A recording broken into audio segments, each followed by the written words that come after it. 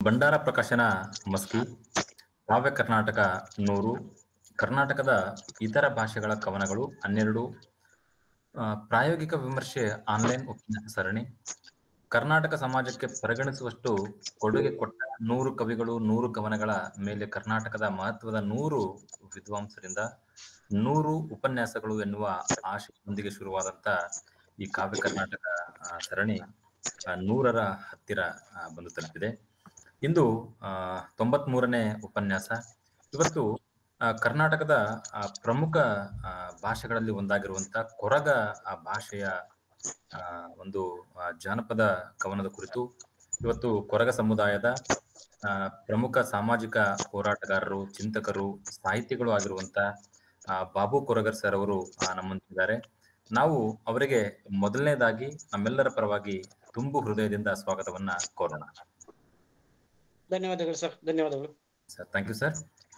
Sir ಅವರು ಇವತ್ತು ಬಿರ್ದುದ್ pot ಅನ್ನುವಂತ ಒಂದು ಕೊರಗ ಸಮುದಾಯದ ಜಾನಪದ ಕವಿತೆಯನ್ನ ಕುರಿತು ಮಾತನಾಡಿದ್ದಾರೆ.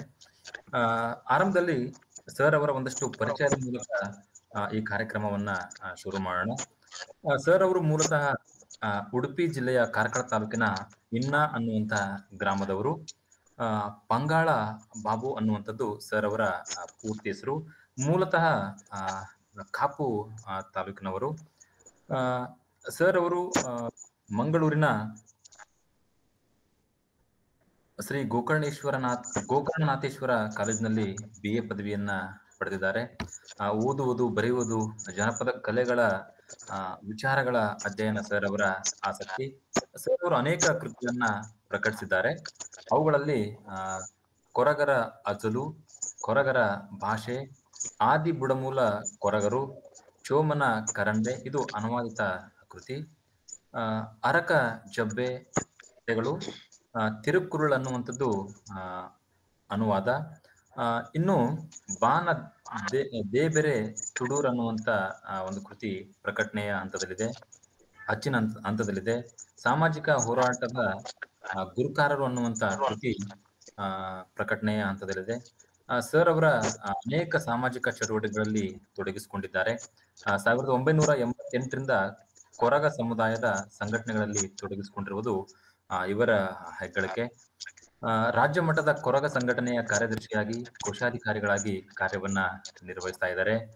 ಬೆಳ್ಮಣ್ಣು ಕೊರಗ ಮಹಿಳಾ ಸಹಕಾರ ಸಂಘದಲ್ಲಿ 13 ವರ್ಷಗಳ ಕಾಲ ಕಾರ್ಯದರ್ಶಿಯಾಗಿ ಉದ್ಯೋಗವನ್ನ ನಿರ್ವಹಿಸಿದ್ದಾರೆ. ಪ್ರಸ್ತುತ ಉಡುಪಿ ಜಿಲ್ಲಾ ಕೊರಗರ ಸಂಘದ ಕಾರ್ಯದರ್ಶಿಯಾಗಿ ಕೆಲಸವನ್ನ ಮಾಡ್ತಾ ಇದ್ದಾರೆ. ಆಮೇಲೆ ಮಂಗಳೂರಿನ ಕೊರಲ್ ಕಲಾ ತಂಡದ ಸಕ್ರಿಯ ಸದಸ್ಯರಾಗಿದ್ದಾರೆ. ಕಾಪು ತಾಲೂಕು ಪಡುಬೆಳ್ಳೆ ಪಾಂಬೂರಿನ ನವೋದಯ ಕೊರಗರ ಸಾಂಸ್ಕೃತಿಕ ಕಲಾ ತಂಡದ ಸ್ಥಾಪಕರು ಹಾಗೂ ನಿರ್ವಾಹಕರು ಕೂಡ ಹೌದು. 2024 ಜೂನ್ 24ರಿಂದ ಕರ್ನಾಟಕ ತುಳು ಸಾಹಿತ್ಯ ಅಕಾಡೆಮಿಯ ಸದಸ್ಯರಾಗಿಯೂ ಕೂಡ ಸರ್ ಅವರು ಕೆಲಸವನ್ನು ಮಾಡ್ತಿದ್ದಾರೆ. ಇವರ ಸಾಮಾಜಿಕ ಸಾಹಿತ್ಯಿಕ ಸೇವೆಯನ್ನ ಗುರುತಿಸಿ ಅನೇಕ ಪ್ರಶಸ್ತಿಗಳು ಬಂದಿವೆ. ಇವರಿಗೆ ಕರಾವಳಿ ರತ್ನ ಸಂಶೋಧನಾ ರತ್ನ ಅನ್ನುವಂತ ಒಂದು ಪ್ರಶಸ್ತಿ 2022ರಲ್ಲಿ ನ್ಯೂಸ್ 18 ಕನ್ನಡ ಟಿವಿ ಚಾನೆಲ್ನವರು ಕೊಟ್ಟಿರುವಂತ ಒಂದು ಪ್ರಶಸ್ತಿ. ಆಮೇಲೆ ಉಡುಪಿ ಜಿಲ್ಲಾ ರಾಜ್ಯೋತ್ಸವ ಪ್ರಶಸ್ತಿ ಕೂಡ ಸರ್ ಅವರಿಗೆ ಸಂದಿದೆ. ಆಮೇಲೆ ಇವರ ಸಾಹಿತ್ಯಿಕ ಮತ್ತು ಸಾಮಾಜಿಕ ಸೇವೆಯನ್ನ ಗುರುತಿಸಿ 2024ನೇ ಸಾಲಿನ ಕಾಪು ತಾಲೂಕಾ ಕನ್ನಡ ಸಮ್ಮೇಳನದ ಸರ್ವಾಧ್ಯಕ್ಷತೆಯನ್ನು ಕೂಡ ಸರ್ ಅವರು ವಹಿಸಿದ್ದಾರೆ. ಹೀಗೆ ಹಲವಾರು ಪ್ರಶಸ್ತಿಗಳನ್ನ, ಪುರಸ್ಕಾರಗಳನ್ನ ಪಡೆದಿರುವ ಸರ್ ಅವರು ಇವತ್ತು ನಮ್ಮೊಂದಿಗೆ ಇರುವುದು ನಮ್ಮೆಲ್ಲರ ಒಂದು ಹೃದಯವಂತನೆ ಭಾವಿಸ್ತಾ ಸರ್ ಅವರಿಗೆ ನಾನು ವೇದಿಕೆಯನ್ನ ಬಿಟ್ಟುಕೊಡ್ತಾ ಇದ್ದೀನಿ. Please sir. ಧನ್ಯವಾದಗಳು. ಮೊದಲಾಗಿ ಈ ಭಂಡಾರ ಪ್ರಕಾಶನಕ್ಕೆ ನಾನು ಈ ಒಂದು ಧನ್ಯವಾದಗಳನ್ನ ಸಮರ್ಪಿಸ್ತೇನೆ. ಯಾಕಂತ ಹೇಳಿದ್ರೆ ಇದೊಂದು ಒಳ್ಳೆಯ ಅವಕಾಶವನ್ನು ನೀವುಗಳು ಒದಗಿಸಿಕೊಟ್ಟಿದ್ದೀರಿ. ಕೊರಗ ಸಮುದಾಯದ ಅದು ಒಂದು ಅಳಿವಿನ ಅಂಚಿನಲ್ಲಿರುವಂತಹ ಒಂದು ಕೊರಗ ಸಮುದಾಯ. ಅದರಲ್ಲಿ ಕೊರಗರ ಭಾಷೆ, ಸಂಸ್ಕೃತಿ, ಇಡೀ ಸಮುದಾಯವೇ ಅಳಿವಿನ ಅಂಚಿನಲ್ಲಿದೆ.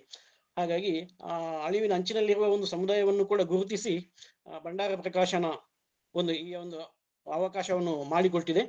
ನಮ್ಮಲ್ಲಿರುವಂತಹ ಜಾನಪದ ಹಾಡಿನ ಒಂದು ಪರಿಚಯವನ್ನು ಮಾಡುವುದಕ್ಕೆ ಮತ್ತು ಅದನ್ನು ವಿಶ್ಲೇಷಣೆ ಮಾಡುವುದಕ್ಕೆ ಅವಕಾಶ ಮಾಡಿಕೊಟ್ಟಿದ್ದಕ್ಕಾಗಿ ನಾನು ಮೊದಲಾಗಿ ಧನ್ಯವಾದಗಳನ್ನು ಸಲ್ಲಿಸುತ್ತಾ, ಇಲ್ಲಿ ಶ್ರೋತೃಗಳಾಗಿ ಈ ಮಾತುಗಳನ್ನು ಆಲಿಸುತ್ತಿರುವ ಎಲ್ಲರಿಗೂ ನಾನು ಮೊದಲಾಗಿ ನಮಸ್ಕಾರಗಳನ್ನು ತಿಳಿಸ್ತಾ ಇದ್ದೇನೆ. ನಾನು ಮೊದಲೇ ಹೇಳಿದಾಗೆ ನಾವು ಕರ್ನಾಟಕ ಕರಾವಳಿಯ ಉಡುಪಿ, ದಕ್ಷಿಣ ಕನ್ನಡ ಜಿಲ್ಲೆಗಳ ಮೂಲ ನಿವಾಸಿಗಳು. ಬುಡಕಟ್ಟು ಕೊರಗ ಜನಾಂಗ, ಅದೊಂದು ಪ್ರಿಮಿಟಿವ್ ಟ್ರೈಬ್ ಕೂಡ ಆಗಿದೆ. PVTG ಅಂದ್ರೆ ನೈಜ ದುರ್ಬಲ ಬುಡಕಟ್ಟು ಸಮುದಾಯ ಅಂತೇಳಿ ಸರ್ಕಾರವೇ 1986ರಿಂದ ಗುರುತಿಸ್ತಾ ಬಂದಿದೆ. ಕೊರಗ ಜನಾಂಗವು ಪರಿಶಿಷ್ಟ ವರ್ಗದ ಒಂದು ಬುಡಕಟ್ಟು ಸಮುದಾಯ. ಈ ಬುಡಕಟ್ಟು ಪಂಗಡದಲ್ಲಿ 4 ಉಪಪಂಗಡಗಳಿವೆ. 4 ಉಪಪಂಗಡಗಳಿವೆ. ಕುಂಟು ಕೊರಗ, ಸೊಪ್ಪು ಕೊರಗ, ಕಪ್ಪಡ ಕೊರಗ ಮತ್ತು ಚಪ್ಪು ಕೊರಗ ಅಂತ ಹೇಳುವಂತಹ 4 ಉಪಪಂಗಡಗಳು ಇವೆ. ಈ ಕೊರಗ ಸಮುದಾಯದ ಪರಿಚಯವನ್ನು ನಾನು ಈ ಹಾಡಿಗಿಂತ ಮೊದಲೇ ಮಾಡ್ತಿರೋದು ಯಾಕಂತ ಹೇಳಿದ್ರೆ, ಕೊರಗರಲ್ಲಿ 4 ಪಂಗಡಗಳಲ್ಲಿ ಪ್ರತ್ಯೇಕವಾದಂತಹ ಭಾಷೆ ಇದೆ. ಎಷ್ಟು ಪ್ರತ್ಯೇಕವಾಗಿದೆ ಅಂತ ಹೇಳಿದ್ರೆ, ಒಂದು ಪಂಗಡದ ಭಾಷೆ ಇನ್ನೊಂದು ಪಂಗಡಕ್ಕೆ ಅರ್ಥ ಆಗುವುದಿಲ್ಲ. ಇವನು ನಾನು ಕೂಡ 2-3 ಪಂಗಡಗಳ ಭಾಷೆಯನ್ನು ಅರ್ಥ ಮಾಡಿಕೊಳ್ಳಬಲ್ಲೆ. ಆದ್ರೆ ಒಂದು ಪಂಗಡ ಕಪ್ಪಡ ಕೊರಗರಂತ ಒಂದು ಕೊರಗರದೇ ಸಮುದಾಯದ ಒಂದು ಉಪಪಂಗಡದ ಭಾಷೆಯನ್ನು ನಾನು ಅರ್ಥ ಮಾಡಿಕೊಳ್ಳುವುದಕ್ಕೆ ಸಾಧ್ಯ ಆಗಿಲ್ಲ. ಯಾಕಂದ್ರೆ ಅದು ಅವರ ಸಂಪರ್ಕ ಹಿಂದೆ ಬಹಳ ಕಡಿಮೆ ಇತ್ತು. ಈಗ ಸಂಘಟನೆಗಳಲ್ಲಿ ಸ್ವಲ್ಪ ನಾವು ಒಟ್ಟಾಗಿ ಕೆಲಸವನ್ನು ಮಾಡ್ತಿರೋದ್ರಿಂದ ಇದೀಗ ಸ್ವಲ್ಪ ಮಾತುಕತೆ ಸಂವಾದ ನಡೀತಾ ಇದೆ ಅವರ ಭಾಷೆಯಲ್ಲಿ ಕೂಡ. ಈಗ ನಾನು ಇದೇ ಚಪ್ಪು ಕೊರಗ, ಮೊದಲೇ ಹೇಳಿದಾಗೆ ಚಪ್ಪು ಕೊರಗ ಪಂಗಡದಲ್ಲಿ ನಡ್ಸಾಲು ಅಂತ ಹೇಳ್ತೀವಿ. ನಡ್ಸಾಲಿನ ಕೊರಗರ ಒಂದು ಪಂಗಡದಲ್ಲಿರುವಂತಹ ಒಂದು ಜಾನಪದ ಹಾಡು ಅಂತ ಹೇಳಿದ್ರೆ, ಅದು ಎಲ್ರಿಗೂ ಗೊತ್ತಿರುವ ಹಾಗೆ ಜನಪದರೇ ರಚಿಸಿ ಹಾಡುತ್ತಿರುವಂತಹ ಒಂದು ಹಾಡು. ಅದು ಕೂಡ ಮದುವೆಯ ಸಂದರ್ಭದಲ್ಲಿ ಹಾಡುತ್ತಿರುವಂತಹ ಒಂದು ಜನಪದ ಹಾಡನ್ನು ನಾನು ಇಲ್ಲಿ ಪ್ರಸ್ತುತಪಡಿಸಲಿಕ್ಕೆ ಇಷ್ಟಪಟ್ಟಿದ್ದೇನೆ. ಕೊರಗ ಭಾಷೆಯು ಒಂದು ಸ್ವತಂತ್ರ ಭಾಷೆ ಎಂಬುದಾಗಿ ಹಲವಾರು ವಿದ್ವಾಂಸರು ಅಭಿಪ್ರಾಯಪಟ್ಟಿದ್ದಾರೆ. ಕೊರಗರ ಬಗ್ಗೆ doctor DN Shankara Bhat, doctor Ramakrishna Shetty ಮೊದಲಾದವರು ವಿದ್ವಾಂಸರು ಈ ಬಗ್ಗೆ ತಮ್ಮ ಅಭಿಪ್ರಾಯಗಳನ್ನು ದಾಖಲಿಸಿದ್ದಾರೆ. ಕೊರಗ ಭಾಷೆಯಲ್ಲಿ ಹಲವಾರು ಜನಪದ ಹಾಡುಗಳು ಹಿಂದಿನ ದಿನಗಳಲ್ಲಿ ಇತ್ತು, ಹಲವಾರು ಹಾಡುಗಳು ಇತ್ತು.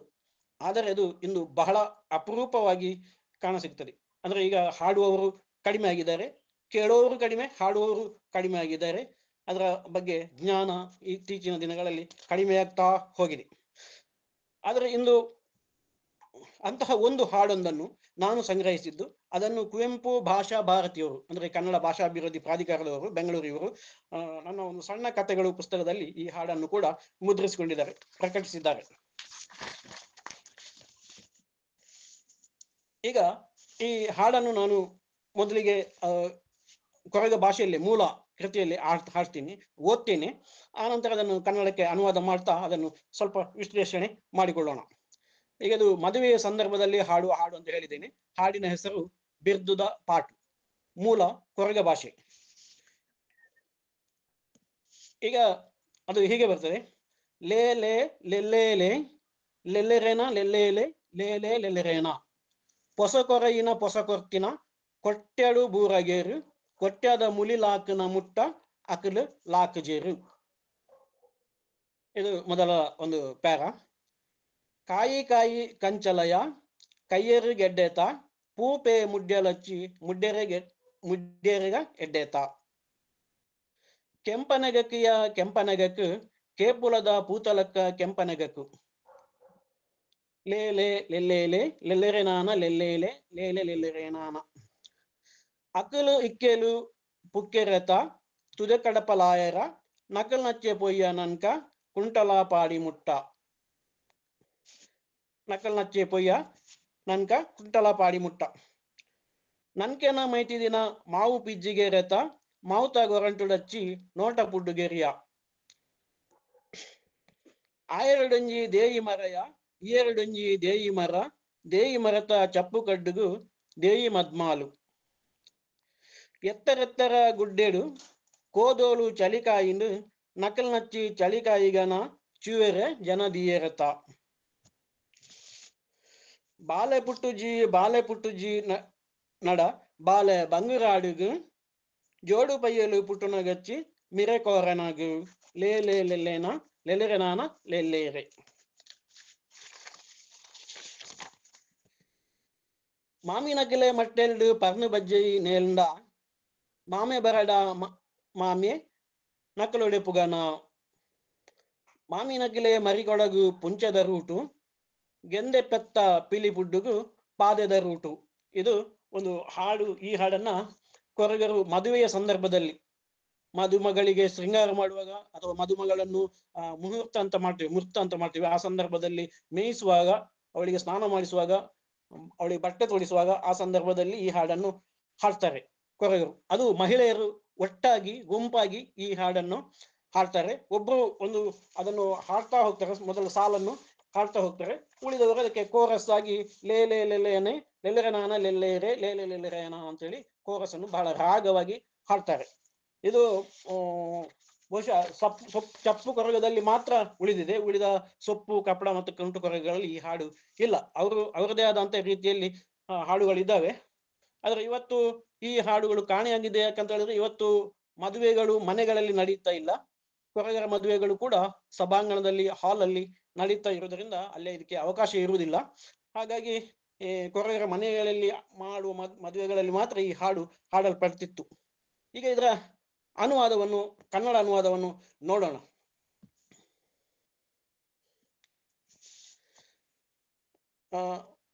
ಹೊಸ ಗಂಡನು ಹೊಸ ಹೆಂಡತಿಯು ಜೋಪಡಿಯಲ್ಲಿ ಮಲಗಿದ್ದಾರೆ.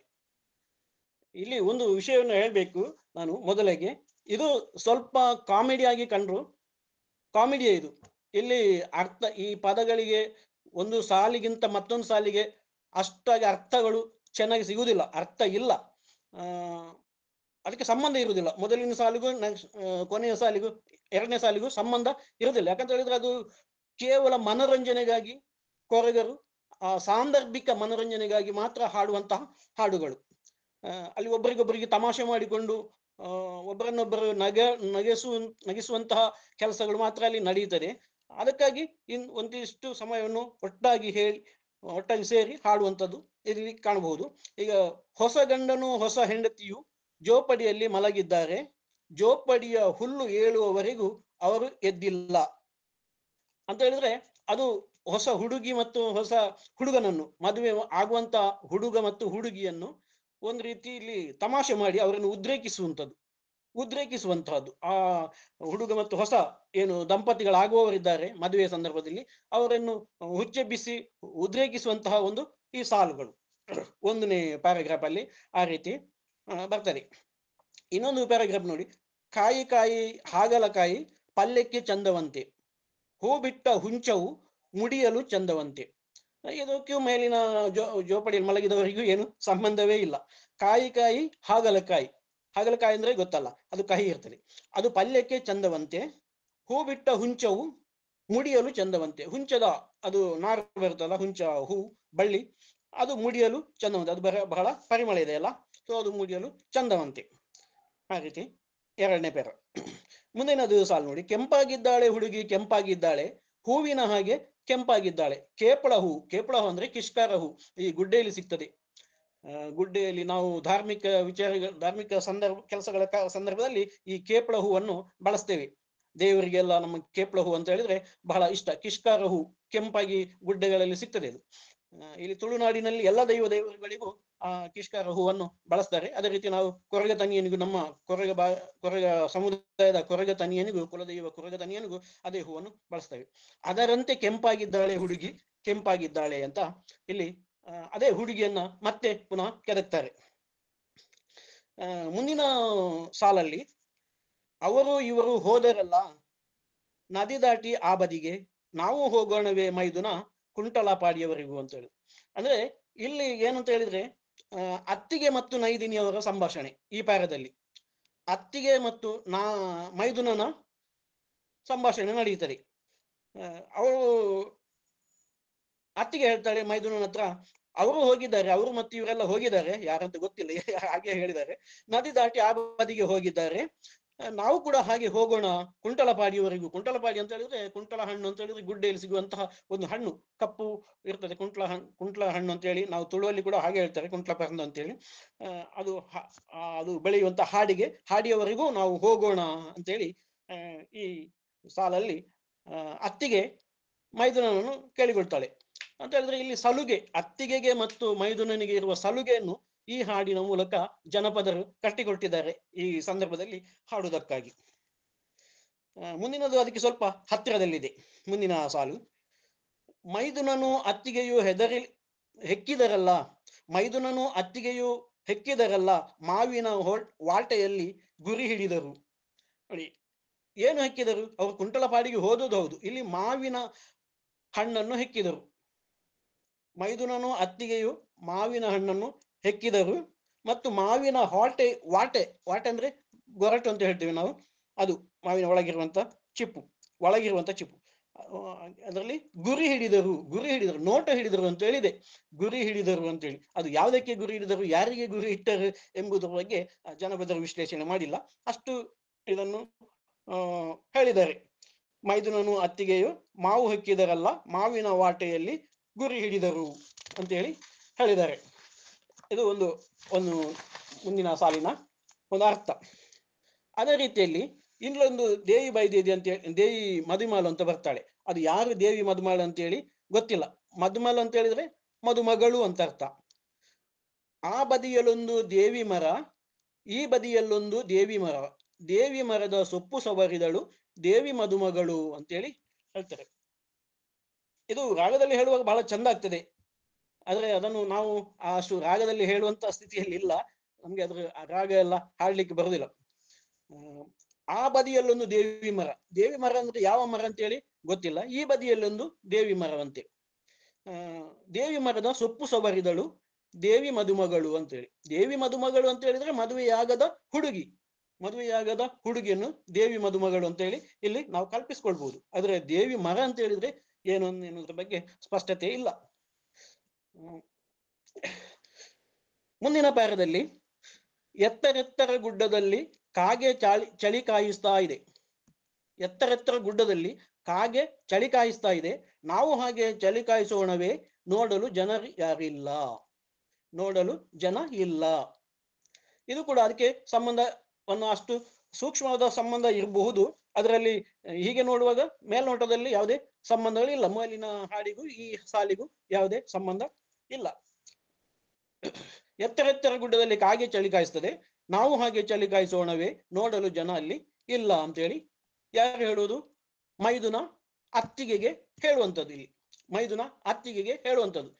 ಇಲ್ಲಿ ಸ್ವಲ್ಪ ಸರಸ, ಶೃಂಗಾರ ಎಲ್ಲವೂ ಇದೆ, ಶೃಂಗಾರ ಇದೆ ಈ ಹಾಡಿನಲ್ಲಿ, ಮತ್ತು ಸ್ವಲ್ಪ ಹಾಸ್ಯವನ್ನು ಕೂಡ ಬೆರೆಸಲಾಗ್ತದೆ. ಇದು ಜನಪದರ ಒಂದು ಕಲ್ಪನೆ. ಇನ್ನು ನೋಡಿ, ಮುಂದಿನ ಪ್ಯಾರಾಗ್ರಾಫ್ ಅಲ್ಲಿ, ಅದೇ ಹಾಡಿನ ಮುಂದಿನ ಪ್ಯಾರಾಗ್ರಾಫ್ ಅಲ್ಲಿ, ಮಗು ಹುಟ್ಟಿಲ್ಲ ಎಂದು ಗೊಣಗುತ್ತಿದ್ದಳು ಒಬ್ಬಳು, ಜೋಡಿ ಮಗು ಹುಟ್ಟಿದಾಗ ಮೊಲೆ ಹಾಲು ಕೊಡಲಿಲ್ಲ. ಅಂದ್ರೆ ಇಲ್ಲಿ ಕೂಡ ಮೇಲಿನದಕ್ಕೂ ಇಂದಿನ ಈ ಪ್ಯಾರಾಗ್ರಾಫ್ಗೂ ಸಂಬಂಧ ಇಲ್ಲ. ಮಗು ಹುಟ್ಟಿಲ್ಲ ಅಂತ ಗೊಣಗ್ತಾ ಇದ್ದಳು ಒಬ್ಬಳು ಹುಡುಗಿ, ಜೋಡಿ ಮಗು ಹುಟ್ಟಿದಾಗ ಅಂದ್ರೆ ಜೋಡಿ ಮಗು ಹುಟ್ಟಿದಾಗ ಅವಳಿಗೆ ಮಕ್ಕಳಿಗೆ ಹಾಲು ಕೊಡಲಿಲ್ಲ, ತಿರಸ್ಕಾರ ಮಾಡಿದಳು ಎನ್ನುವಂಥದ್ದು ಮುಂದಿನ ಸಾಲಲ್ಲಿ ಸಿಗ್ತದೆ. ಇದು ಸ್ವಲ್ಪ ಆಚೀಚೆ ಆಗುವುದಿದೆ, ಕೆಲವೊಮ್ಮೆ ಹಾಡುವಾಗ ಇದು ಇದೇ ಪ್ರಕಾರ ಬರುವುದಿಲ್ಲ. ಕೆಲವೊಮ್ಮೆ ನೆನಪು ಬಂದ ಹಾಗೆ ಈ ಹಾಡುಗಳನ್ನು ಹಾಡ್ತಾರೆ. ಸ್ವಲ್ಪ ಪ್ಯಾರಾಗ್ರಾಫ್ ಮೇಲೆ ಕೆಳಗೆ ಆಗ್ತದೆ, ಮೊದಲು ಹೇಳ್ಬೇಕಾದನ್ನು ಕೆಳಗೆ ಹೇಳ್ತಾರೆ, ಕೆಳಗೆ ಹೇಳ್ಬೇಕಾದನ್ನು ಮೊದಲು ಹೇಳ್ತಾರೆ. ಆ ರೀತಿ ಕೂಡ ಆಗುವಂಥದ್ದು ಇದೆ ಈ ಹಾಡಿನಲ್ಲಿ. ಅಲ್ಲಿಗೆ ಮುಗೀತದೆ. ಮುಂದಿನ ಸಾಲಲ್ಲಿ ಹೇಳ್ತಾಳೆ ಅತ್ತೆ. ಇದು ನೋಡಿ, ಇದು ಕೂಡ ಒಂದು ಸ್ವಲ್ಪ ತಮಾಷೆಯಾಗಿರುವಂಥದ್ದು. ತಮಾಷೆಗೆ ಅಂತ ಹೇಳಿದ್ರೆ ಇಲ್ಲಿ ಸ್ವಲ್ಪ ನಾವು ಈಗಿನ ಭಾಷೆಯಲ್ಲಿ ಹೇಳಿದ್ರೆ ಅಶ್ಲೀಲ ಅಂತ ಕೂಡ ಹೇಳ್ತಾರೆ, ಈಗ ಅದು ಅಶ್ಲೀಲ ಅಂತ ಕಾಣ್ತದೆ. ಆದ್ರೆ ಆಗಿನ ಸಂದರ್ಭದಲ್ಲಿ ಅದು ಅವರಿಗೆ ತಮಾಷೆ ಮಾಡುವ ಸಂದರ್ಭದಲ್ಲಿ ಅದು ಅನಿವಾರ್ಯವಾಗಿತ್ತು ಅಂತಹ ಹಾಡುಗಳು ಅವರಿಗೆ ಅಂತ ಅನಿಸ್ತದೆ. ಅತ್ತೆಯ ಮಡಿಲಲ್ಲಿ ಹಣ್ಣು ಅಡಿಕೆ ನೇತಾಡುತ್ತಿದೆ. ಅತ್ತೆಯ ಮಡಿಲು ಅಂತ ಹೇಳಿದ್ರೆ ಇಲ್ಲಿ ಸೆರಗು, ಕೆಳಗಿನ ಸೆರಗು, ಸೊಂಟದ ಸೆರಗು ಸಿಕ್ಕಿಸ್ಕೊಳ್ತಾರಲ್ಲ, ಆ ಸೆರಗಲ್ಲಿ ಹಣ್ಣು ಅಡಿಕೆ ನೇತಾಡುತ್ತಿದೆ. ಮಾವ ಬರ್ಬೇಕಾ ಅತ್ತೆ, ನಾವೇ ಒಡೆಯೋಣವೇ ಅಂತ ಹೇಳಿ. ಮಾವೇ ಬರ್ಬೇಕಾ ಅಥವಾ ನಾವೇ ಒಡೆಯೋಣವಾ, ಇಲ್ಲಿ ಡಬಲ್ ಮೀನಿಂಗ್ ಕೂಡ ಇದೆ. ಅಲ್ಲಿ ಒಂದು ರೀತಿಯ ಹಾಸ್ಯ ಮಾಡುವಂತ ಮತ್ತು ಅತ್ತೆಯನ್ನು ಏನು ಒಂದು ಕೇಳಿಕೆ ಮಾಡುವಂತಹದ್ದು ಕೂಡ ಇಲ್ಲಿ ಕಂಡು ಬರ್ತದೆ ಈ ಹಾಡಿನ ಸಾಲಲ್ಲಿ. ಅಂದ್ರೆ ಮಾವ ಬರ್ಬೇಕಾ ಅಥವಾ ನಾನೇ ಹೊಡಿಬೇಕಾ ಅಂತ ಅಡಿಕೆಯನ್ನು ಆ ರೀತಿ ಕೇಳುವಂತಹದ್ದು. ಅದು ಕೆಲವೊಮ್ಮೆ ಅರ್ಥ, ಎರಡು ಅರ್ಥಗಳನ್ನು, ದ್ವಂದ್ವ ಅರ್ಥಗಳನ್ನು ಕೂಡ ನೀಡ್ತದೆ. ಅದು ಇಲ್ಲಿ ವಾಸ್ತವ, ಇಲ್ಲಿ ಅದು ಹಾಗೇ ಇದೆ, ದ್ವಂದ್ವಾರ್ಥದಲ್ಲೇ ಇದೆ. ಅಂದ್ರೆ ಅಲ್ಲಿ ಸಲುಗೆ ಅನ್ನುವಂಥದ್ದು, ಅತ್ತಿಗೆಗೆ ಮೈದುನ ಹೇಗೆ ಸಲುಗೆಯಲ್ಲಿ ಇದ್ದನು, ಅದೇ ರೀತಿ ಅತ್ತೆ ಮತ್ತು ಅಳಿಯ ಇವರು ಕೂಡ ಬಹಳ ಸಲುಗೆಯಿಂದ ವರ್ತಿಸ್ತಿದ್ರು, ನಡೆದಾಡ್ತಿದ್ರು ಎನ್ನುವುದಕ್ಕೆ ಇದು ಈ ಹಾಡಿನ ಸಾಲು ನಮ್ಗೆ ಪುಷ್ಟಿಯನ್ನು ಕೊಡ್ತದೆ. ನೋಡಿ, ಅದರಲ್ಲಿ ಮತ್ತೆ ಕೊನೆಯ ಸಾಲು, ಅತ್ತೆಯವರಿಗೆ ಹಾವು ಕಚ್ಚಿತು ಹುತ್ತದ ಬುಡದಲ್ಲಿ, ಮತ್ತೆರಿದ ಹಸುವನ್ನು ಹುಲಿ ಹಿಡಿಯಿತು ಬಂಡೆಯ ಬದಿಯಲ್ಲಿ ಅಂತೇಳಿ ಕೊನೆಯ ಸಾಲಲ್ಲಿ ಬರ್ತದೆ. ಇದು ಕೂಡ ಅದನ್ನೇ ಸೂಚಿಸ್ತದೆ. ಅತ್ತೆಯವರಿಗೆ ಮರಿ ಕಚ್ಚಿತು ಅಂತ ಹೇಳುವಾಗ ಮೊದಲು ಹೇಳಿದ ಮಾತುಗಳಲ್ಲಿ ಅತ್ತೆಯ ಮಡಿಲ ಸೆರಗಲ್ಲಿ ಹಣ್ಣು ಅಡಿಕೆ ನೇತಾಡುತ್ತಿದೆ, ಮಾವ ಬರಬೇಕಾ ಅತ್ತೆ ನಾವೇ ಒಡೆಯೋಣವೆ ಅಂತ ಹೇಳುವಾಗ ಇವಳಿಗೆ ಅತ್ತೆಗೆ ಹಾವು ಕಚ್ಚುತ್ತದೆ. ಹಾವು ಕಚ್ಚುವುದು ಅಂತ ಹೇಳಿದ್ರೆ ಅಮಲ ಇರ್ತದೆ, ಸ್ವಲ್ಪ ಮತ್ತು ಏರ್ತದೆ, ಸ್ವಲ್ಪ ಸಲುಗೆ ಜಾಸ್ತಿಯಾಗಿ ಮಾತಿನಲ್ಲಿ ಸ್ವಲ್ಪ ಯಾಮರಿಸ್ತಾನೆ ಅತ್ತೆಯನ್ನು. ಆಗ ಅವಳಿಗೆ ಹುತ್ತದ ಬುಡದಲ್ಲಿ ಹಾವು ಕಚ್ಚಿದ ಅನುಭವ ಆಗ್ತದೆ. ಹುತ್ತದ ಬುಡದಲ್ಲಿ ಹಾವು ಕಚ್ಚಿದ ಅನುಭವ ಆಗ್ತದೆ. ಮತ್ತೇರಿದ ಹಸುವನ್ನು ಹುಲಿ ಹಿಡಿಯಿತು ಬಂಡೆಯ ಬದಿಯಲ್ಲಿ ಅಂತ ಜನಪದರು ಕಟ್ಟಿಕೊಟ್ಟಿದ್ದಾರೆ. ಅಂದ್ರೆ ಅತ್ತೆಗೆ ಏನು ಹಸು ಮತ್ತೇರಿದೆ ಅಂತ ಹಸುವನ್ನು ಹುಲಿ ಹಿಡಿಯಿತು, ಅಳಿಯ ಹಿಡಿದು ತಿಂದ ಎನ್ನುವಂಥದ್ದು ಬಂಡೆಯ ಬದಿಯಲ್ಲಿ, ಅಂದ್ರೆ ಪಾದದ ರೂಟ್ ಅಂತ ಹೇಳಿ ನಮ್ಮ ಭಾಷೆಯಲ್ಲಿ ಹೇಳುವಂಥದ್ದು, ಅದು ಬಂಡೆಯ ಬದಿಯಲ್ಲಿ. ಈ ರೀತಿ ಈ ಹಾಡು ಸಾಕ್ತಾ ಹೋಗ್ತದೆ. ಇದು ಕನ್ನಡ ಅನುವಾದ, ಈ ಮೂಲ ಭಾಷೆ ಕೊರಗ ಅದರದ್ದು ಹಾಡಿನ ಕನ್ನಡ ಅನುವಾದ ಆಗಿದೆ. ಇಲ್ಲಿ ಶೃಂಗಾರಗಳು ಇದೆ, ತಮಾಷೆಗಳು ಇದೆ, ಮತ್ತೆ ಒಬ್ಬರನ್ನು ಸ್ವಲ್ಪ ಒಬ್ಬರಿಗೊಬ್ಬರು ಸಲುಗೆ ಇರುವುದನ್ನು ಕೂಡ ಬುಡಕಟ್ಟು ಸಮುದಾಯದ ಸ್ಥಿತಿಯೇ ಹಾಗೆ ಇತ್ತು, ಮತ್ತು ಈಗಲೂ ಇದೆ ಕೆಲವು ಕಡೆ. ಅಂತ ಸಲುಗೆಯನ್ನು ಕೂಡ ತೋರಿಸ್ತದೆ. ಅತ್ತೆ ಮಾವ, ಅತ್ತೆ ಅಳಿಯ, ಮೈದುನ ಮೈದುನ, ಅತ್ತಿಗೆ, ಇವರೆಲ್ಲ ಸಲುಗೆಯಿಂದ ಇದ್ದುದು ಕೂಡ ಕಂಡು ಬರ್ತದೆ. ನಾನು ಈಗಲೇ ಹೇಳಿದಾಗೆ ಇಲ್ಲಿ ನಾವು ಗಮನಿಸಬೇಕಾಗಿರುವುದು, ಒಂದು ಸಾಲು ಮತ್ತೊಂದು ಸಾಲಿಗೆ ಅದೇ ರೀತಿ ಒಂದು ಪ್ಯಾರ ಮತ್ತೊಂದು ಪ್ಯಾರಕ್ಕೆ ಸಂಬಂಧ ಇಲ್ಲ. ಅದು ನಾನು ಹೇಳಿದ್ದೇನೆ ಆಗ್ಲೇ. ಒಂದೊಂದು ಸಾಲು ಕೂಡ ಪ್ರತ್ಯೇಕವಾಗಿಯೇ ಕಂಡು ಬರುತ್ತದೆ. ಇಲ್ಲಿ ವಾಸ್ತು ವಿಷಯಕ್ಕಿಂತ ಅಲ್ಲಿ ಯಾವುದರ ಬಗ್ಗೆ ಹೇಳ್ತಾರೆ ಎನ್ನುವುದಕ್ಕಿಂತ ಸಾಂದರ್ಭಿಕ ಮನೋರಂಜನೆಯೇ ಮುಖ್ಯವಾಗ್ತದೆ. ಅವರಿಗೆ ಆ ಸಂದರ್ಭದಲ್ಲಿ ಮನೋರಂಜನೆ ಬೇಕು, ತಮಾಷೆ ಆಗ್ಬೇಕು.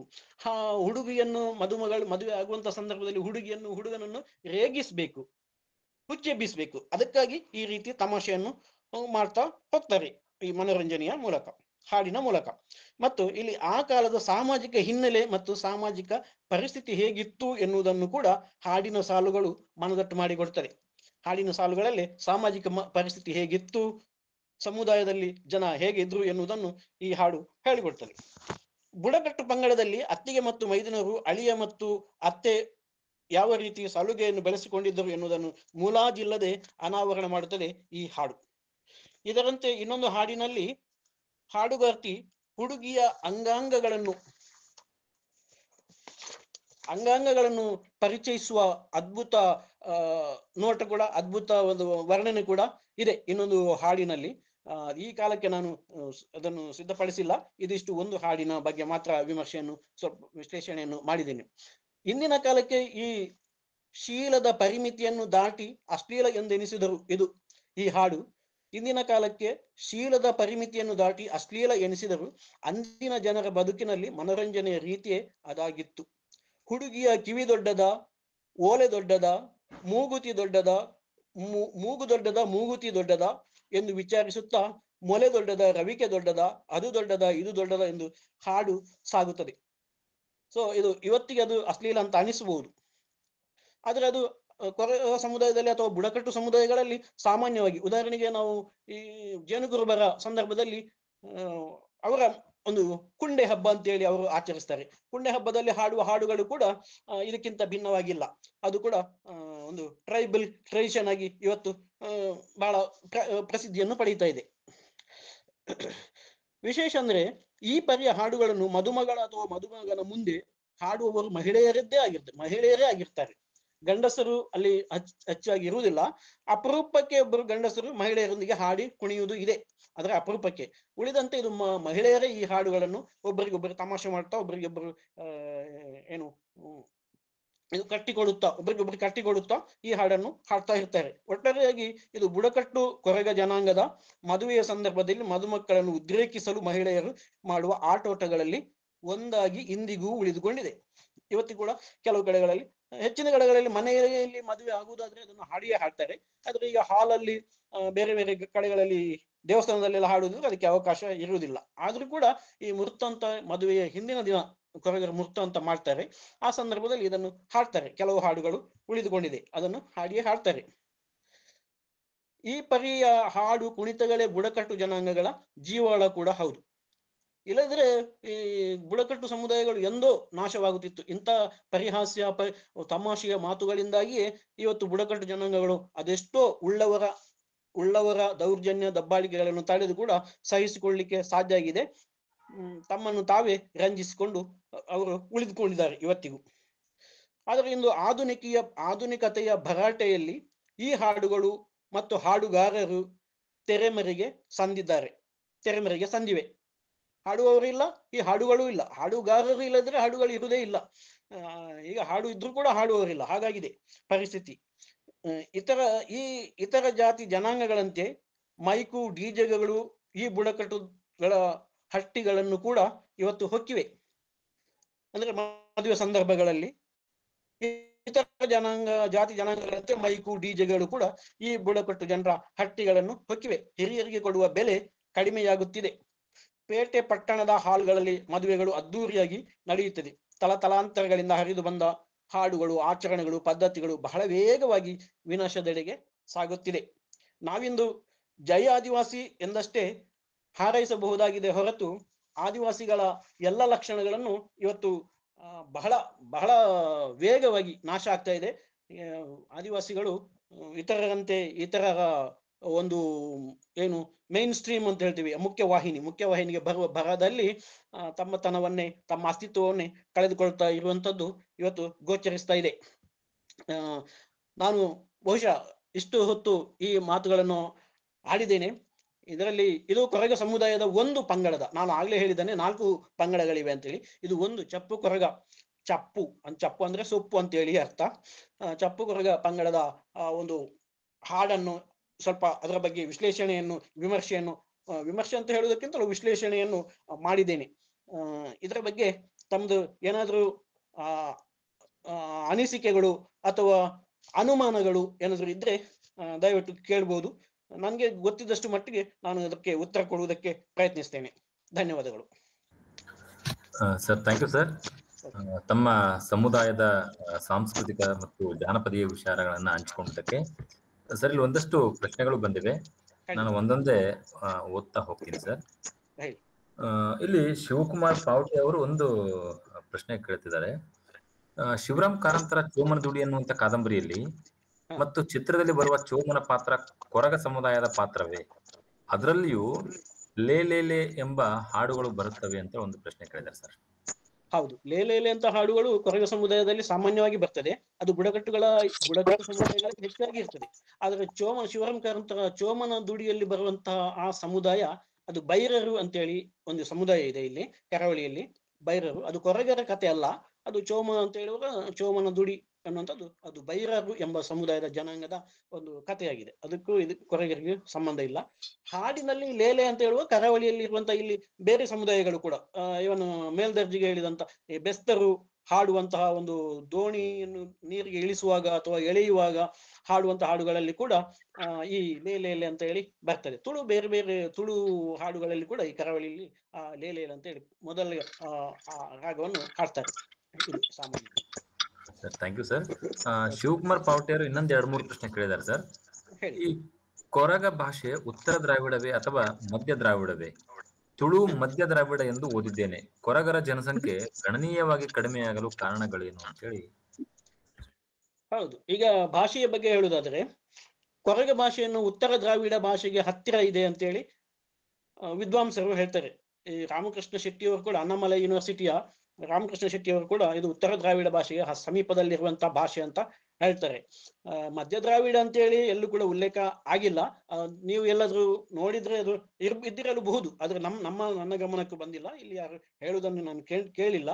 ಇರ್ಬೋದು, ಆದ್ರೆ ಉತ್ತರ ದ್ರಾವಿಡ ಭಾಷೆಗೆ ಸಮೀಪದಲ್ಲಿ ಇದೆ ಅಂತ ಹೇಳಿ ಹೇಳ್ತಾರೆ. ಅಲ್ಲಿಯ ಯಾವ ಭಾಷೆಯ ಯಾವ ಸಮುದಾಯದ ಭಾಷೆಗೆ ಹತ್ತಿರ ಎನ್ನುವಂಥದ್ದು ಪರ್ಟಿಕ್ಯುಲರ್ ಆಗಿ ಹೇಳಿಲ್ಲ.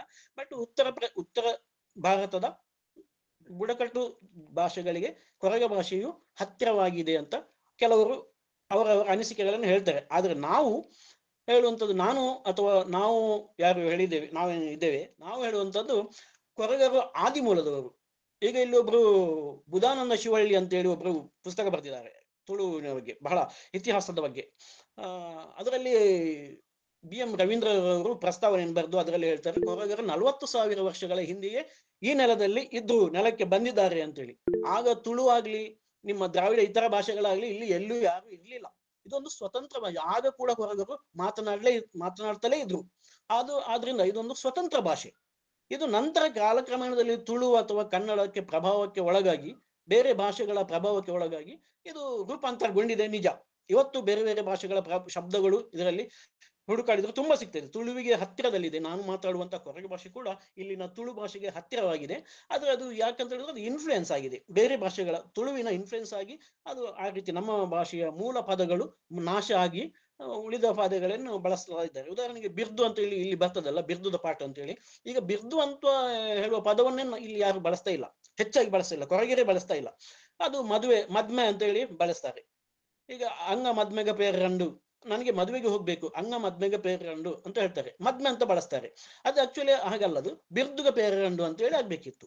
ಅದು ಆ ರೀತಿ ಅದು ಬಳಸ್ತಾ ಬಳಸುವುದನ್ನು ಕಡಿಮೆ ಮಾಡ್ತಾ ಕೊರಗೆ ಭಾಷೆ ಕಡಿಮೆ ಆಗ್ತಾ ಹೋಗ್ತಾ ಇದೆ.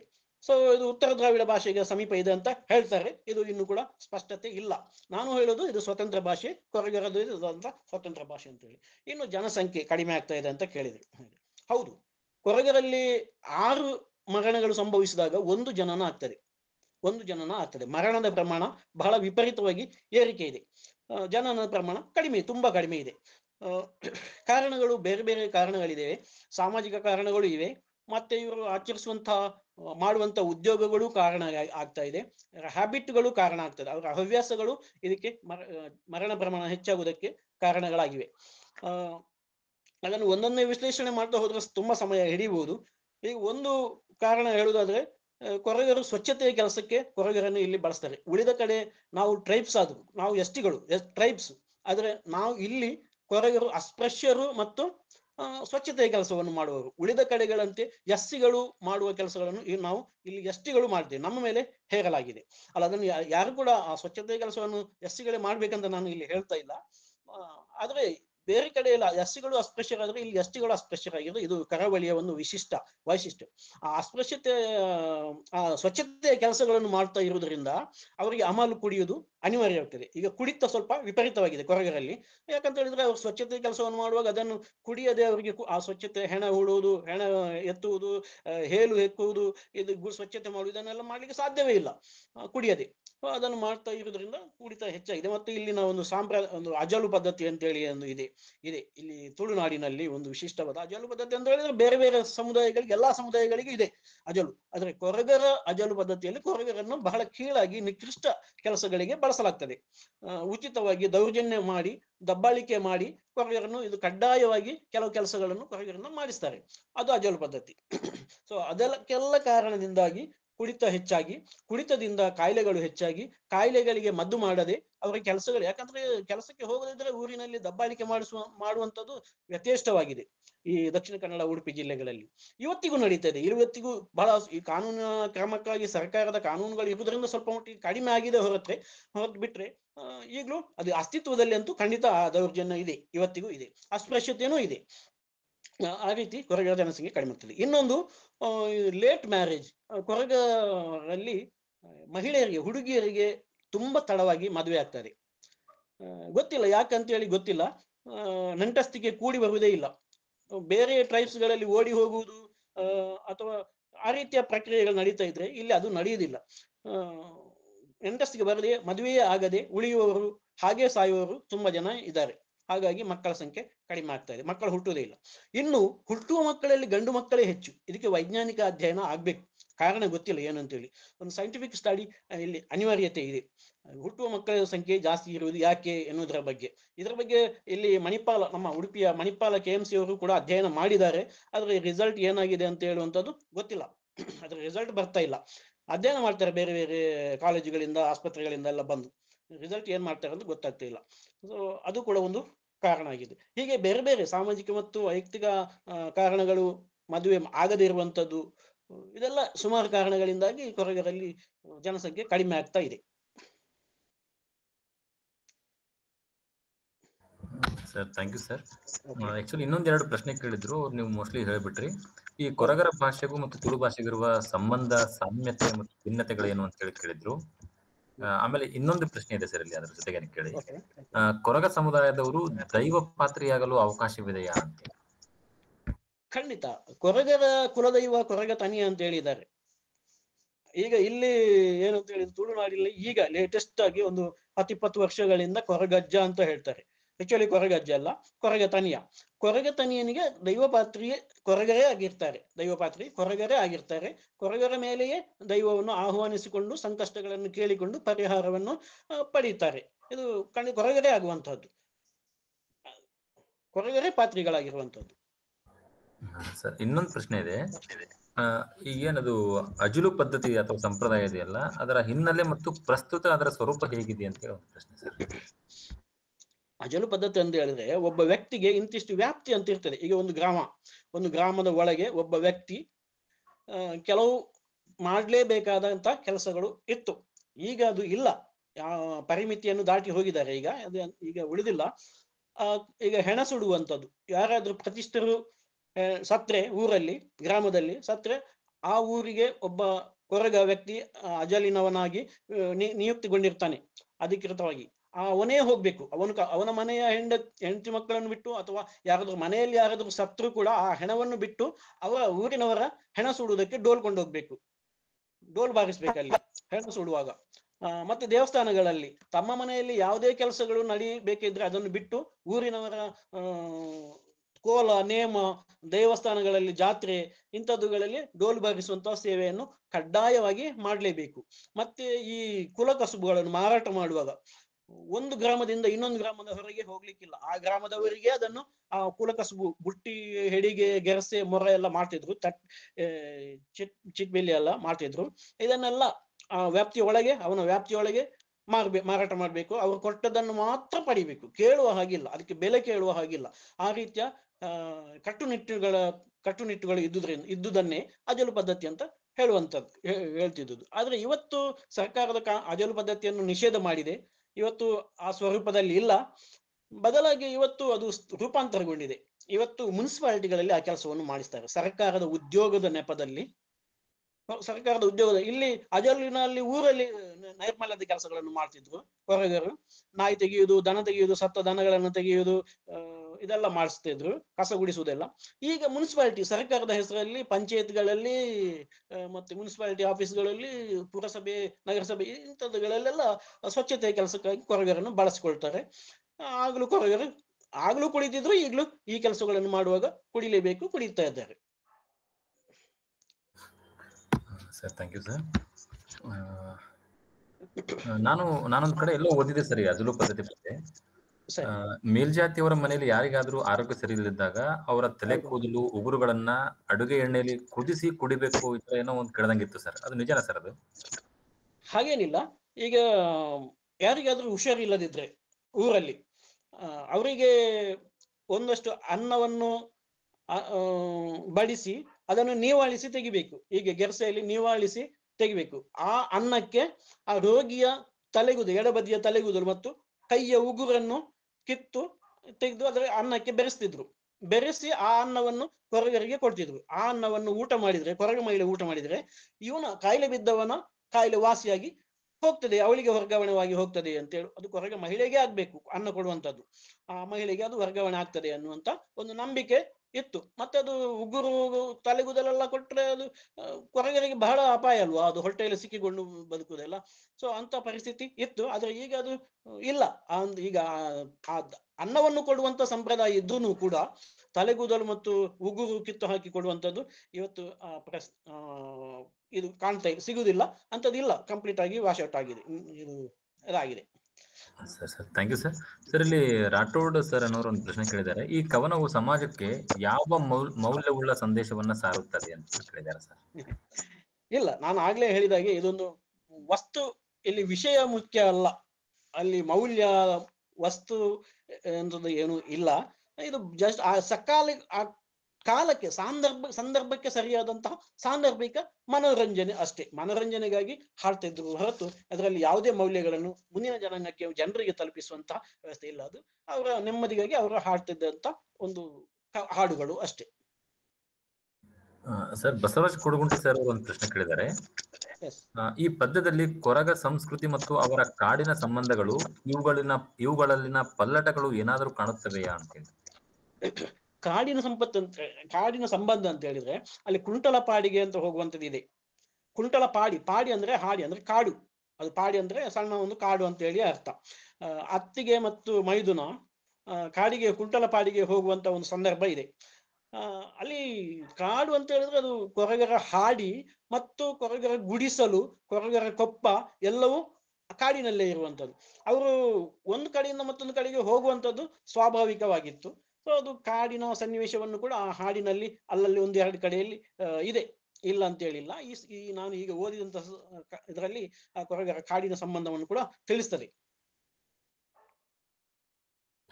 ಸರ್ ಇಲ್ಲಿ ನಿಜಗುಣ ನಾಯ್ಕೋಡಿ ಅನ್ನುವಂತ ಒಬ್ರು ಪ್ರಶ್ನೆ ಕೇಳಿದ್ದಾರೆ ಸರ್. ಇಲ್ಲಿ ಈ ಕೊರಗ ಜನಾಂಗದವರು ಮದುವೆ ಹಬ್ಬದೂಟಗಳಲ್ಲಿ ಬಿಟ್ಟ ಎಂಜಲ ಆಹಾರವನ್ನ ತಿನ್ನುವ ಅನಿಷ್ಟ ಪದ್ಧತಿ ಆಗ ಇತ್ತು, ಈಗಲೂ ಇದೇನಾ ಅಂತೇಳಿ ಒಂದು ಪ್ರಶ್ನೆ. ಆಮೇಲೆ ಅದ್ರ ಜೊತೆ ಇನ್ನೊಂದು ಪ್ರಶ್ನೆ ಇದೆ ಸರ್, ಅದು ಈ ಬುಡಕಟ್ಟು ಜನಾಂಗಗಳು ಅಳಿದು ಹೋಗದ ಹಾಗೆ ಉಳಿದುಕೊಳ್ಳಲು ಏನ್ ಮಾಡಬೇಕು ಅನ್ನುವಂತ ಒಂದು ಪ್ರಶ್ನೆ ಕೂಡ ಇದೆ ಸರ್.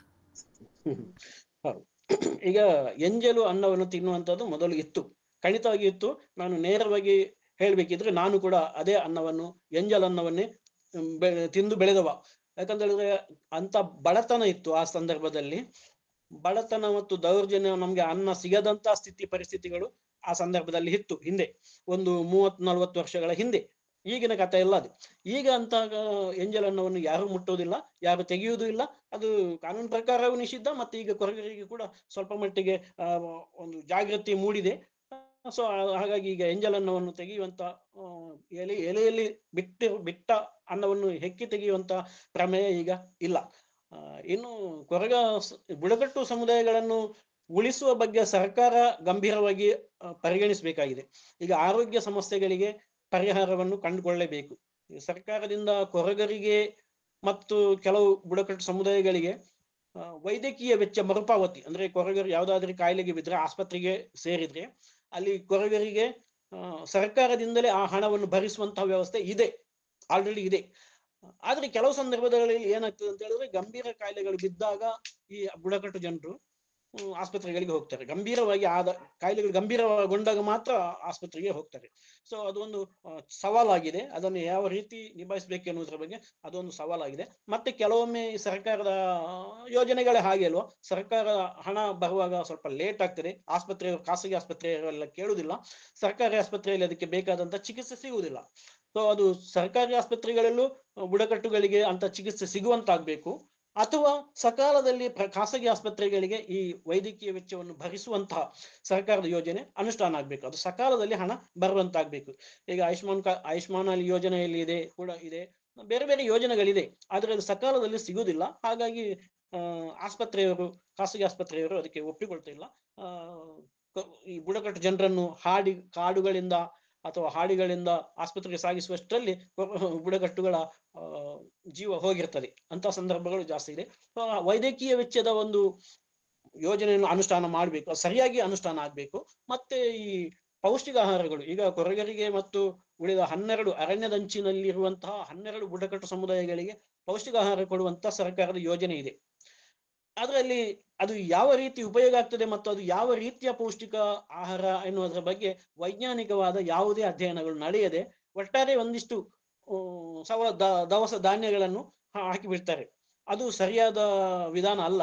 ಪೌಷ್ಟಿಕತೆ ಏನು ಆಗ್ಬೇಕು, ಮೊಟ್ಟೆಯನ್ನು ಬಿಟ್ರೆ ಬೇರೆ ಉಳಿದ ಯಾವುದೇ ಪೌಷ್ಟಿಕವಾದ ಆಹಾರ ಅದರಲ್ಲಿ ಇಲ್ಲ, ಕೆಲವು ಬೇಳೆಗಳು ಕೊಡ್ತಾರೆ, ಆದ್ರೆ ಅದು ಉಪಯೋಗ ಆಗ್ತಾ ಇದೆಯಾ, ಅದು ಎಷ್ಟು ಪೌಷ್ಟಿಕತೆಯನ್ನು ಪಡೆಯುತ್ತಾರೆ, ಅದರಿಂದ ಆರೋಗ್ಯ ಯಾವ ರೀತಿ ಸುಧಾರಣೆ ಆಗ್ತದೆ ಎನ್ನುವುದರ ಬಗ್ಗೆ ಸರ್ಕಾರ ಯಾವುದೇ ರೀತಿಯ ಕಾಳಜಿಯನ್ನು ತೋರಿಸ್ತಾ ಇಲ್ಲ.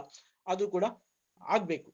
ಇನ್ನು ಉಳಿದಂತೆ ಶಿಕ್ಷಣದಲ್ಲಿ ಹೆಚ್ಚು ಹೆಚ್ಚು ಜಾಗೃತಿಗೊಳಿಸುವಂತ ಸರ್ಕಾರದ ಯೋಜನೆಗಳು ಬರಬೇಕು. ಈಗಾಗಲೇ ಇದೆ ಶಿಕ್ಷಣದ ಬಗ್ಗೆ, ಅದು ಕೂಡ ಇನ್ನು ಕಟ್ಟುನಿಟ್ಟಾಗಿ ಯೋಜನೆ ಜಾರಿಗೆ ಬರಬೇಕು. ಆ ರೀತಿ ಆದ್ರೆ ಮಾತ್ರ ಕೊರಗರ ಅದು ಅಥವಾ ಯಾವುದೇ ಬುಡಕಟ್ಟು ಸಮುದಾಯಗಳ ಒಂದು ಜನರನ್ನು ಉಳಿಸಬಹುದು ಅಂತ ಅನಿಸ್ತದೆ, ಮೇಲ್ಮಟ್ಟಕ್ಕೆ ಅನಿಸ್ತದೆ. ಮತ್ತೆ ಉಳಿದಂತೆ ಸ್ವಲ್ಪ ಅಧ್ಯಯನಗಳಿಗೂ ಕೂಡ ಇದರ ಒಟ್ಟೊಟ್ಟಿಗೆ ಆಗ್ಬೇಕು. ಒಂದು ಹೇಳಿಬಿಟ್ರೆ ಸಾಕಾಗುದಿಲ್ಲ, ಇದನ್ನು ಸ್ವಲ್ಪ ಸೈಂಟಿಫಿಕ್ ಆಗಿ ಸ್ಟಡಿ ಮಾಡ್ಬೇಕಾಗ್ತದೆ. Sir, thank you sir. ಇನ್ನೊಬ್ರು ರಾಶಿಕೊಪ್ಪ ಅನ್ನೋರು ಒಂದು ಪ್ರಶ್ನೆ ಕೇಳಿದ್ದಾರೆ ಸರ್. ಸರಿ. ಮೂಡುಬಿದಿರೆ ಭಾಗದಲ್ಲಿ ಕೊರಗಜ್ಜನ ದೇವಸ್ಥಾನ ತುಂಬಾ ಪ್ರಸಿದ್ಧವಾಗಿದೆ ಅನ್ಸುತ್ತದೆ. ಕೊರಗರಿಗೂ ಮತ್ತು ಈ ದೇವತೆಗೂ ಸಂಬಂಧ ಇದೆಯಾ ಸರ್ ಅಂತೇಳಿ ಕೇಳಿದ್ದಾರೆ. ಅದು ಮೂಲತಃ ಕೊರಗರದ್ದೇ ದೈವ. ಕೊರಗರದ್ದೇ ಅಂದ್ರೆ ಕೊರಗ ವ್ಯಕ್ತಿಯೇ ಮಾಯವಾಗಿ ಅವನು ಸತ್ತ ನಂತರ ಮಾಯಾಗಿ ಅಂತ ಹೇಳ್ತಾರೆ. ಕೊಂದದ್ದು ಆಕ್ಚುಲಿ ಅದು ಒಂದು ಕಥೆ ಇದೆ, ದೊಡ್ಡ ಕಥೆ ಇದೆ. ಅದು ಕೊರಗ ತನಿಯ ಅಂತೇಳಿ ಅವನ ಮೂಲ ಹೆಸರು. ಕೊರಗ ತನಿಯನನ್ನು ಅವನ ಒಂದು ಪ್ರತಿಭಟನೆಯನ್ನು ಎದುರಿಸಲಾಗದ ಮೇಲ್ವರ್ಗದವರು ಅವನನ್ನು ಮಾಯ ಮಾಡಿದಂದ್ರೆ ಕೊಂದದ್ದು. ಕೊಂದ ನಂತರ ಅವನನ್ನು ದೈವತ್ವಕ್ಕೆ ಏರಿಸಿ ದೇವರು ಅಂತೇಳಿ ಮಾಡಿದ್ದಾರೆ. ಆನಂತರ ಅದು ಕೊರಗ ವ್ಯಕ್ತಿ ಆದ್ರಿಂದ ಅದು ಕೊರಗರದೇ ಕುಲದೈವ ಆಗಿರ್ತಾರೆ. ಕೊರಗರದೇ ಕುಲದೈವ ಕೊರಗ ತನಿ ಅಂತ ಹೇಳಿದ್ರೆ. ಆದ್ರೆ ಏನಾಗಿದೆ ಅಂತ ಹೇಳಿ, ಇತ್ತೀಚಿನ ಒಂದು 25-30 ವರ್ಷಗಳಿಂದ ಈಚೆಗೆ ಅವನನ್ನು ಕೊರಗ ಅಜ್ಜ ಅಂತೇಳಿ ಮಾಡಿದ್ದಾರೆ, ನಾಮಕರಣ ಮಾಡಿದ್ದಾರೆ. ಅದು ಸರಿಯಾದದಲ್ಲ.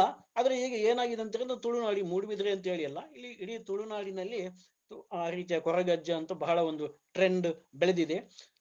ಅದು ಕೊರಗ ತನಿಯನಿಗೆ ಹೇಳುವಂತದ್ದು ಕೊರಗಜ್ಜ ಅಂತ ಹೇಳಿದ್ರೆ. ಹಾಗಾಗಿ ಅದು ಕೊರಗರದೇ ದೈವ, ಕೊರಗನೇ ವ್ಯಕ್ತಿಯಾಗಿದ್ದ, ಅದು ಕೊರಗನೇ, ಅದರಲ್ಲಿ ಡೌಟ್ ಇಲ್ಲ, ಅನುಮಾನ ಇಲ್ಲ.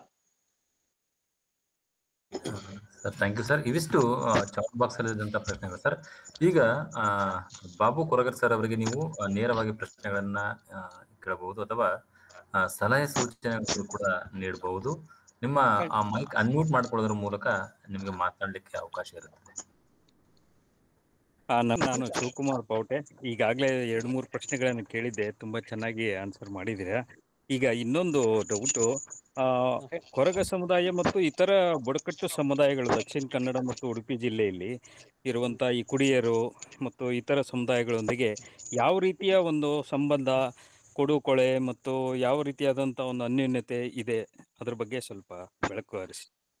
ಹೌದು, ಇಲ್ಲಿ ಉಡುಪಿ ಮತ್ತು ದಕ್ಷಿಣ ಕನ್ನಡ ಜಿಲ್ಲೆಯಲ್ಲಿ ಮಲೆಕುಡಿಯರು, ಕೊರಗರು ಮತ್ತು ಮರಾಠಿ ನಾಯಕರು ಈ ಟ್ರೈಬ್ಸ್ ಆಗಿ ಇರ್ತಾರೆ.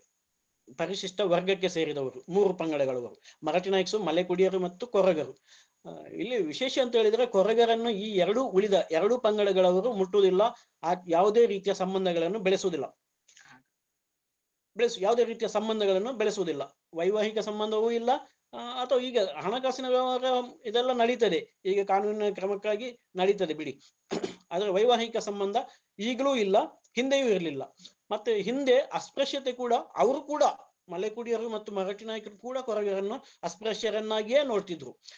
ಈಗಲೂ ಕೆಲವು ಕಡೆ ಕೊರಗರನ್ನು ಮನೆಯೊಳಗೆ ಬಿಡುವುದಿಲ್ಲ, ಅಸ್ಪೃಶ್ಯತೆಯನ್ನು ಅವರು ಈಗಲೂ ಆಚರಿಸ್ತಾರೆ. ಕೊರಗರನ್ನು ಅಷ್ಟು ನಿಷ್ಕೃಷ್ಟವಾಗಿಯೇ ಇವತ್ತು ಕೂಡ ಪರಿಗಣಿಸ್ತಾರೆ. ಸಂಬಂಧಗಳು ಬೆಳೆಯುವುದಕ್ಕಂತೂ ಸಾಧ್ಯವೇ ಇಲ್ಲ, ಬೇರೆ ರೀತಿಯ ವೈವಾಹಿಕ ಸಂಬಂಧಗಳು ಬೆಳೆಯುವುದಕ್ಕೆ ಸಾಧ್ಯವೇ ಇಲ್ಲ. ಆ ರೀತಿಯ ಪರಿಸ್ಥಿತಿ ಇವತ್ತಿಗೂ ಇದೆ. ಅದು ಬಿಟ್ಟು ಇವತ್ತು ಹಣಕಾಸಿನ ವ್ಯವಹಾರಗಳು ಅಥವಾ ಕೂಲಿ ಕೆಲಸದ ಸಂದರ್ಭಗಳಲ್ಲಿ ಅಥವಾ ಬೇರೆ ಸಮುದಾಯದವರು ಹೇಗೆ ವರ್ತಿಸ್ತಾರೆ, ಅದೇ ರೀತಿ ಈಗ ಇವರು ಕೂಡ ವರ್ತಿಸ್ತಾರೆ. ಅದರಲ್ಲಿ ಏನು ಇದಿಲ್ಲ, ಮುಚ್ಚುಮರೆ ಇಲ್ಲ. ಅವರು ಕೂಡ ಕೊರಗರನ್ನು ಅಸ್ಪೃಶ್ಯರನ್ನಾಗಿಯೇ ನೋಡ್ತಾರೆ. ಧನ್ಯವಾದಗಳು ಸರ್. ಗುರುಗಳೇ, ಬಾಬು ಸರ್ ನಮಸ್ಕಾರ. ನಮಸ್ತೆ ಸರ್. ನಮಸ್ತೆ. ಮಂಡ್ಯ ಇದಕ್ ಬಂದಿದ್ರಾ ಸಮ್ಮೇಳನಕ್ಕೆ? ಹೌದೌದು, ಸಾಹಿತ್ಯ ಸಮ್ಮೇಳನಕ್ಕೆ ಬಂದಿದೆ. ಹೌದು, ಗೋಷ್ಠಿಯಲ್ಲಿ ನೀವು ಭಾಗವಹಿಸಿದ ನಂತರ ನೀವು ಮಾತಾಡಿದೀವಿ ಅಲ್ಲಿ ನಿಂತ್ಕೊಂಡು ಬಹಳ ಹೊತ್ತಿನವರೆಗೆ. ರಾಠೋಡ್ ಅಂತ ಹೇಳಿ ಯಾದಗಿರಿ ಜಿಲ್ಲೆ ನಂದು. ಆಯ್ತು. ಧನ್ಯವಾದಗಳು ಸರ್, ಬಹಳ ಒಳ್ಳೆ ವಿಮರ್ಶೆ. Thank you. ಆಯ್ತು, ಧನ್ಯವಾದ ಸರ್. ಓಕೆ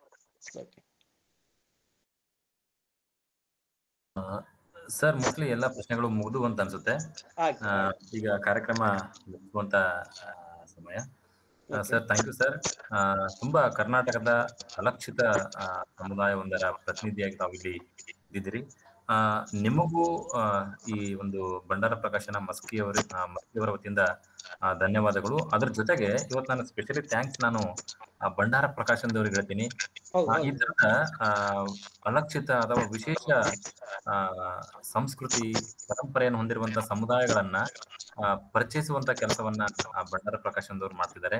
ಅವರಿಗೆ ತಮ್ಮ ಪರವಾಗಿ ಮತ್ತು ಎಲ್ಲಾ ಕೇಳುಗರ ಪರವಾಗಿ ನಾನು ಧನ್ಯವಾದಗಳನ್ನ ಅರ್ಪಿಸ್ತೀನಿ ಸರ್. ಹಾಗೇನೆ ತಾವು ಈ ಒಂದು ಉಪನ್ಯಾಸದಲ್ಲಿ ಕೊರಗರ ಭಾಷೆ, ಅವರ ಸಂಸ್ಕೃತಿ, ಜಾನಪದ, ಅವರ ಒಟ್ಟಾರೆ ಬದುಕಿನ ಕುರಿತು ಅನೇಕ ಮಹತ್ವದ ಸಂಗತಿಗಳನ್ನ ಹಂಚಿಕೊಂಡಿರಿ ಸರ್. ತಮಗೆ ಭಂಡಾರ ಪ್ರಕಾಶನ ವತಿಯಿಂದ ಎಲ್ಲಾ ಕೇಳುಗರ ವತಿಯಿಂದ ತುಂಬು ಹೃದಯದ ಧನ್ಯವಾದಗಳು. ಭಂಡಾರ ಪ್ರಕಾಶನಕ್ಕೆ ತುಂಬು ಹೃದಯದ ಧನ್ಯವಾದಗಳನ್ನು ಸಲ್ಲಿಸ್ತೇನೆ. ಧನ್ಯವಾದಗಳು.